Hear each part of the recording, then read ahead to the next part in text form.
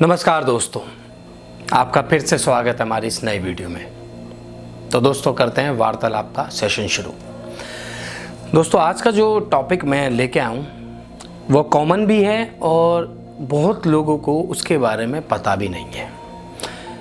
हम हिंदू हैं, सनातनी हैं, सबकी बॉडी का जो दाह संस्कार होता है जलाई जाती है बॉडी, परंतु साधुओं की, संतों की और जो बच्चे होते हैं उनका दाह संस्कार नहीं किया जाता, उनको दफनाया जाता है। अब यहाँ दो क्वेश्चन है, दो चीज़ों के बारे में लोगों को नहीं पता।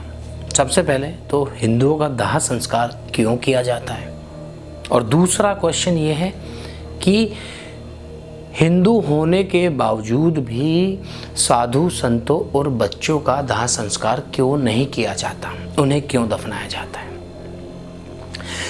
तो इसके दोनों का जो आंसर है क्वेश्चन का एक ही है, वो ये है कि जो मनुष्य हैं नॉर्मल, मेरे जैसे, आपके जैसे, अक्षित जैसे,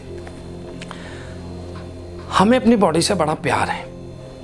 भाई मैं भी 30 साल से ऊपर हूँ, अक्षित भी 20-21 साल का है, और भी जो यंग जनरेशन है या 60 साल 65 साल के जो वृद्ध हैं, सबको अपनी बॉडी से बड़ा प्यार होता है।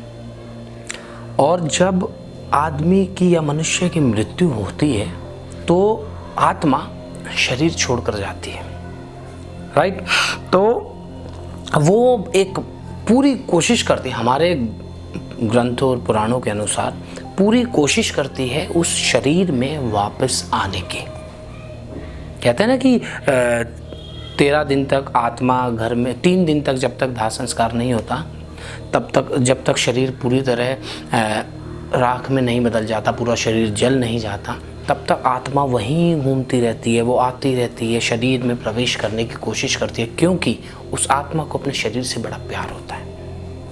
ये धारणा है लोगों की। तो इसलिए मनुष्य का शरीर जलाया जाता है। अब साधु संतों और बच्चों का शरीर क्यों नहीं जलाया जाता, उनका क्यों, उन्हें दफनाया क्यों जाता है।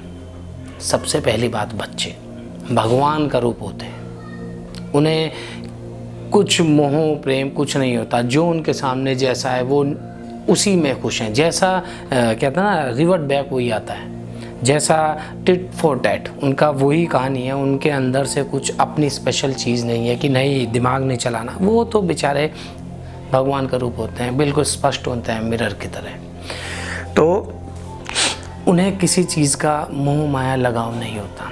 जब बच्चे शरीर छोड़कर जाते हैं, मृत्यु हो जाती है किसी कारणवश बच्चों की, तो आत्मा तो उनकी भी घूमती है, परंतु उन्हें पता नहीं होता कि इस शरीर से प्रेम करना है, इस शरीर में वापस जाना है, क्योंकि बच्चे तो बच्चे हैं, तो उनकी आत्मा भी उसी तरह की होगी। तो इसलिए उन्हें दफनाया जाता है। और अगर उन्हें जलाएंगे तो कहीं ना कहीं बच्चों को आहट, कहते हैं ना, हर्ट हो सकती है कि शरीर जला दिया है, ये कर दिया है, शायद ये सब चीज़ें।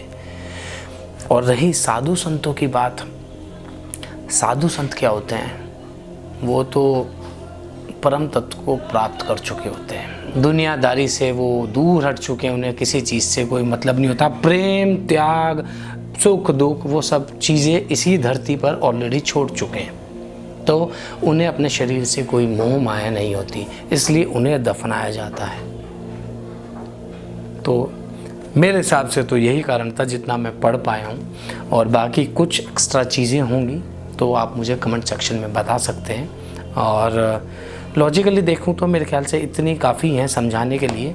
तो इसके पीछे शायद यही रीज़न हो सकता है जो मैंने आपको बताया। कुछ एक्स्ट्रा रीज़न होंगे तो आप प्लीज़ कमेंट सेक्शन में मुझे बताइएगा, मैं भी जानने का इच्छुक हूँ, इससे अलग अगर कोई और रीज़न है। तो दोस्तों बढ़ते हैं श्लोकों के उच्चारण की ओर। तो बढ़ते हैं श्लोक नंबर 5 की ओर। उद्धरे दात मना आत्मनम नात मनम वासदयेत आत्मेव हुरात्मनो बंधुरात्मेव रिपुरात्मनो। इसका भावार्थ यह है कि श्री कृष्ण जी कहते हैं कि जिसने अपने मन के द्वारा अपना संसार का उद्धार कर लिया है या अपने को जीत लिया है।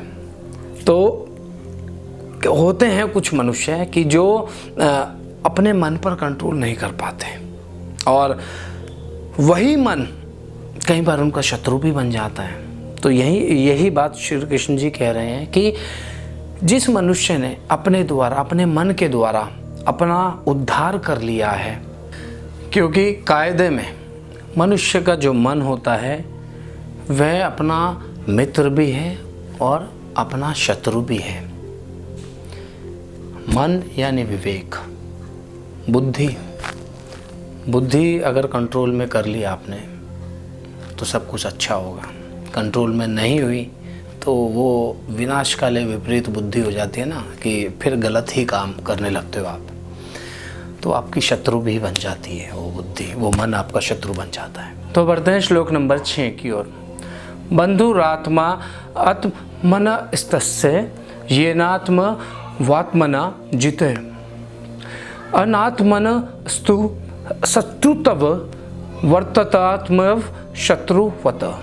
बड़ा टफ था ये पढ़ने में मुझे, परंतु ठीक है, भगवान की यही मर्जी है। तो पढ़ते हैं। तो इसका भावार्थ ये है, जिस जीवात्मा द्वारा, कोई भी जीवात्मा हो, जिस मनुष्य द्वारा, जीव द्वारा अपने मन और इंद्रियों पर कंट्रोल हो चुका है, तो जिस मनुष्य ने या जीव ने कंट्रोल कर चुका है, तो वह जीव के लिए उसका मन मित्र है। परंतु जिसके द्वारा अपना मन नहीं जीता गया है, तो वह मन उस जीवात्मा के लिए शत्रु भी बन जाता है। सेम वही चीज़ जो इससे पहले वाले श्लोक में थी, उसमें इसी में कंटिन्यूएशन में श्री कृष्ण ने बताया है कि आपको अपने मन और इंद्रियों पर कंट्रोल रखना चाहिए। अगर आप मन और इंद्रियों पर कंट्रोल नहीं रखेंगे तो जो मन और इंद्रियों के प्रति जो आपकी आसक्ति होगी, वह आसक्ति शत्रुता में बदल जाएगी। परंतु जिसने जीत लिया हो, मन भी और इंद्रियों को कंट्रोल भी कर लिया हो, तो वही चीज़ आपके लिए मित्र भी बन जाएगी। तो दोस्तों बढ़ते हैं श्लोक नंबर 7 की ओर। जितात्मन प्रशांतस्य परमात्मा समाहित शीतोष्ण सुख दुखेषु तथा मानाप अपमानयो।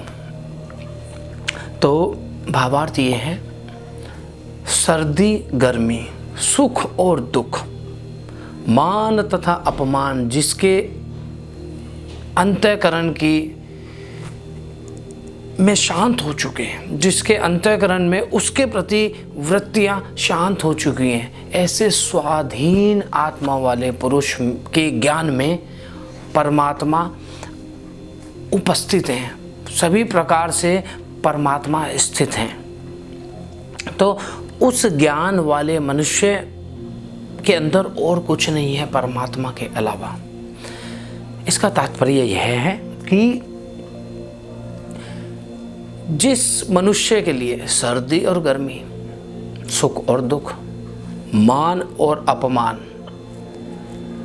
के लिए अपने मन में, जिसने पहले ही न्यूट्रलाइज कर लिया अपने मन को कि उसके लिए ना सुख दुख, सर्दी गर्मी, मान अपमान सब न्यूट्रल है, बैलेंस्ड है, वो किसी के प्रति दुखी नहीं है, सुखी नहीं है, बुरा नहीं सोच रहा, अच्छा भी नहीं सोच रहा, न्यूट्रल है, ऐसे अंतःकरण वाले व्यक्ति के मन में केवल परमात्मा स्थित है।